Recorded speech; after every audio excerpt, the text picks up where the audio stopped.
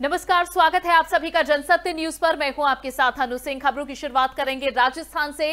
राजस्थान में मुख्यमंत्री बनाम राज्यपाल की लड़ाई जारी है और इस वजह से पूरे देश में कांग्रेस आज प्रदर्शन करेगी, लेकिन राजस्थान में पार्टी राजभवन का घेराव नहीं करेगी। कांग्रेस का मानना है कि इसे आधार बनाते हुए कहीं राष्ट्रपति शासन की सिफारिश ना हो जाए। सावधानी बरतते हुए अब ये तय किया गया है कि कोई भी राजभवन के आसपास नहीं जाएगा। मुख्यमंत्री अशोक गहलोत ने कहा है कि विधानसभा सत्र बुलाने के लिए अभी तक राज्यपाल कलराज मिश्र कोई भी फैसला नहीं ले सके हैं। गौरतलब है कि राजस्थान की सियासत अब राज्यपाल कलराज मिश्र के इर्द गिर्द ही घूम रही है। सीएम अशोक गहलोत जहां विधानसभा सत्र बुलाने पर अड़े हैं, वहीं राज्यपाल सत्र बुलाने के मूड में नजर नहीं आ रहे।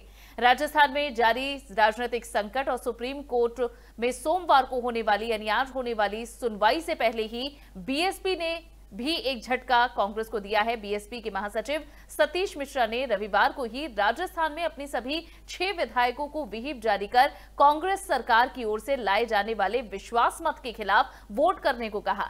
बहुजन समाज पार्टी की ओर से जारी व्हिप के अनुसार सभी विधायकों को राजस्थान विधानसभा में कांग्रेस की ओर से लाए जाने वाले विश्वास मत या किसी भी अन्य कार्रवाई के दौरान सरकार के खिलाफ वोट करने को कहा है। व्हिप के अनुसार अगर कोई भी विधायक पार्टी व्हिप के खिलाफ जाकर वोट करता है तो उनके खिलाफ कार्रवाई की जाएगी और उनकी विधानसभा सदस्यता रद्द की जाएगी। पार्टी प्रमुख मायावती ने ये व्हिप जारी किया है। और अब बात करेंगे हरियाणा की, जहां हरियाणा सरकार ने गांधी नेहरू परिवार की संपत्तियों की जांच के आदेश दिए हैं। राज्य के मुख्य सचिव केशनी आनंद अरोड़ा ने इनकी ओर से हरियाणा के शहरी स्थानीय निकाय विभाग की संपत्तियों की जांच करने का आदेश दिया गया। दरअसल आरोप यह है कि 2005 से 2010 के बीच गांधी नेहरू परिवार के नाम पर हरियाणा में कई संपत्तियां जुटाई गई थीं। हरियाणा में 2005 से 14 के बीच भूपेंद्र सिंह हुड्डा की सरकार थी। आरोप है कि इस दौरान कांग्रेस के कई ट्रस्ट और गांधी नेहरू परिवार के लिए कई संपत्तियां जुटाई गई। कुछ संपत्तियों की पहले से जांच चल रही है। अब केंद्र सरकार के पत्र के बाद गांधी नेहरू परिवार की बाकी संपत्तियों की जांच के आदेश भी दिए गए। केंद्र सरकार की ओर से हरियाणा सरकार को Rajiv Gandhi foundation, Rajiv Gandhi charitable trust, Indira Gandhi memorial trust से जुड़ी संपत्तियों की जांच का आदेश दिया गया। इसके बाद मुख्य सचिव केशनी आनंद अरोड़ा ने शहरी स्थानीय निकाय विभाग को जांच की जिम्मेदारी दी और चीन की कम्युनिस्ट पार्टी और प्रधानमंत्री राहत कोष के चंदा दिए जाने की खबरों के बाद केंद्र सरकार ने गांधी नेहरू परिवार से जुड़े ट्रस्ट और फाउंडेशन की जांच के आदेश दिए थे। Rajiv Gandhi foundation, Rajiv Gandhi charitable trust और इंदिरा गांधी मेमोरियल ट्रस्ट की जांच होनी है। इसके लिए एक कमेटी भी बनाई गई है। ये committee Rajiv Gandhi foundation, charitable trust और इंदिरा गांधी मेमोरियल ट्रस्ट की जांच करेगी, जिसमें मनी लॉन्ड्रिंग और विदेशी चंदा सहित कई कानूनों के कथित उल्लंघन के मामलों की जांच की जाएगी। गृह मंत्रालय के प्रवक्ता के मुताबिक टीम का नेतृत्व प्रवर्तन निदेशालय के एक विशेष निदेशक करेंगे।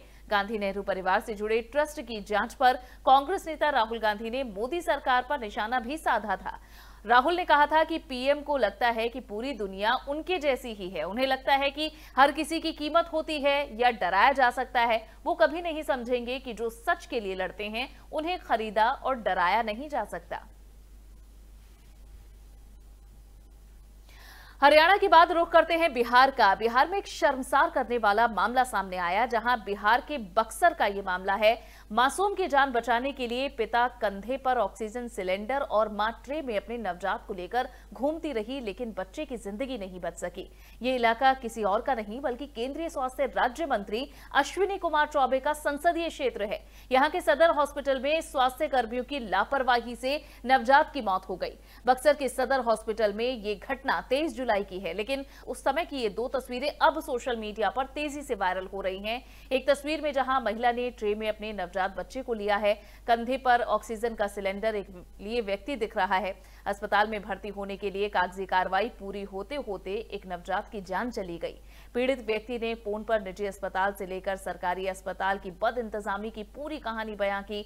नवजात की मौत के बाद ये तस्वीरें वायरल हुई तो आनन फानन में को जिलाधिकारी ने उप विकास आयुक्त को पूरे मामले की जांच की जिम्मेदारी सौंप दी है।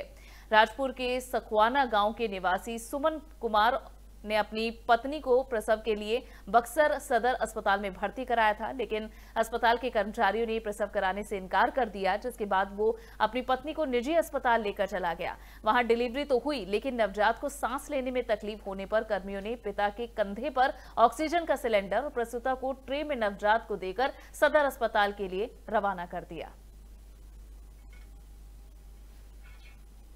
बढ़ेंगे आगे। सुशांत सिंह राजपूत मामले में मुंबई पुलिस की लोगों से पूछताछ जारी है और इसके लिए अब महेश भट्ट को बांद्रा पुलिस थाने बुलाया गया है। महेश भट्ट को मुंबई पुलिस ने थाने में आज दोपहर 12 बजे हाजिर होने के लिए कहा है। रविवार को ही महाराष्ट्र के गृह मंत्री अनिल देशमुख ने बताया था कि सुशांत सिंह राजपूत सुसाइड मामले में महेश भट्ट और करण जौहर के मैनेजर से पूछताछ की जाएगी। बाद में कहा गया कि करण जौहर के मैनेजर नहीं बल्कि धर्मा प्रोडक्शन के सीईओ अपूर्व मेहता को स्टेटमेंट दर्ज कराने के लिए बुलाया गया है। अब जब महेश भट्ट को पुलिस स्टेशन बुला लिया गया तो देखना यह होगा कि इस मामले में वो क्या बड़ा खुलासा करते हैं। महाराष्ट्र के गृह मंत्री अनिल देशमुख ने यह बयान दिया था, जिसमें उन्होंने बताया था कि सुशांत मामले में फिल्म डायरेक्टर महेश भट्ट से पूछताछ करने की बात कही गई। उन्होंने कहा कि इस मामले में महेश भट्ट का स्टेटमेंट रिकॉर्ड किया जाएगा और साथ ही अनिल देशमुख ने यह भी कहा था कि इस केस में अब करण जौहर के मैनेजर से भी सवाल जवाब किए जाएंगे। उनके मुताबिक अगर जरूरत पड़ी तो खुद करण जौहर को भी हाजिर होने को कहा जा सकता है। हालांकि बाद में बताया गया कि करण जौहर के मैनेजर नहीं बल्कि धर्मा प्रोडक्शन के सीईओ अपूर्व मेहता का बयान दर्ज कराया जाएगा। हालांकि महाराष्ट्र के गृह मंत्री अनिल देशमुख का बयान आने के बाद एक्ट्रेस कंगना रनौत मुंबई पुलिस से खासी नाराज नजर आई। और अब बात सोनू सूद की, जहां कोरोना काल में भले ही दुनिया ने तमाम तरह की परेशानियां देखी हो, लेकिन देश में लोगों ने सोनू सूद का एक अलग ही रूप देखा। लॉकडाउन में सोनू सूद हजारों लोगों की मदद करते सुर्खियों में आए और हाल ही में आंध्र प्रदेश के गरीब किसान के घर ट्रैक्टर भी उन्होंने पहुंचाया है। सोनू सूद ने चित्तूर के गरीब किसान नागेश्वर राव को ब्रांड न्यू ट्रैक्टर भिजवाया है। आंध्र प्रदेश की दूरगामी गांव में रहने वाले नागेश्वर के घर पर इस ट्रैक्टर की डिलीवरी हुई। नागेश्वर राव ने सोनू सूद को ये स्पेशल गिफ्ट दिए जाने को लेकर उनकी तारीफ की, धन्यवाद कहा। उन्होंने कहा कि रियल लाइफ में सोनू भले ही विलन हो, लेकिन रियल लाइफ में वो हमारे हीरो हैं। मैं और मेरा परिवार सोनू की इस मेहरबानी के लिए उन्हें नमन करता है। दरअसल राव का एक वीडियो सोशल मीडिया पर वायरल हो रहा था। इस वीडियो में देखा जा सकता है कि नागेश्वर राव अपनी 2 बेटियों के साथ खेत जुतवा रहे हैं। उसके पास पैसे भी नहीं हैं, वो बैल किराए पर नहीं ले पा रहे थे। वीडियो में लड़कियां जिस मेहनत से खेत को जोत रही हैं, ये देख सभी का दिल पिघल गया और इस वीडियो को देखकर सोनू सूद ने अपने चिर परिचित अंदाज में इस फैमिली की मदद का ऐलान किया। खास बात यह है कि ये ट्रैक्टर नागेश्वर के पास अब पहुंच चुका है।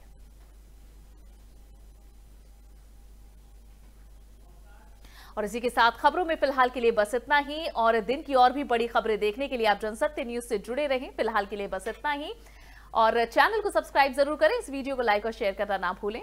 नमस्कार।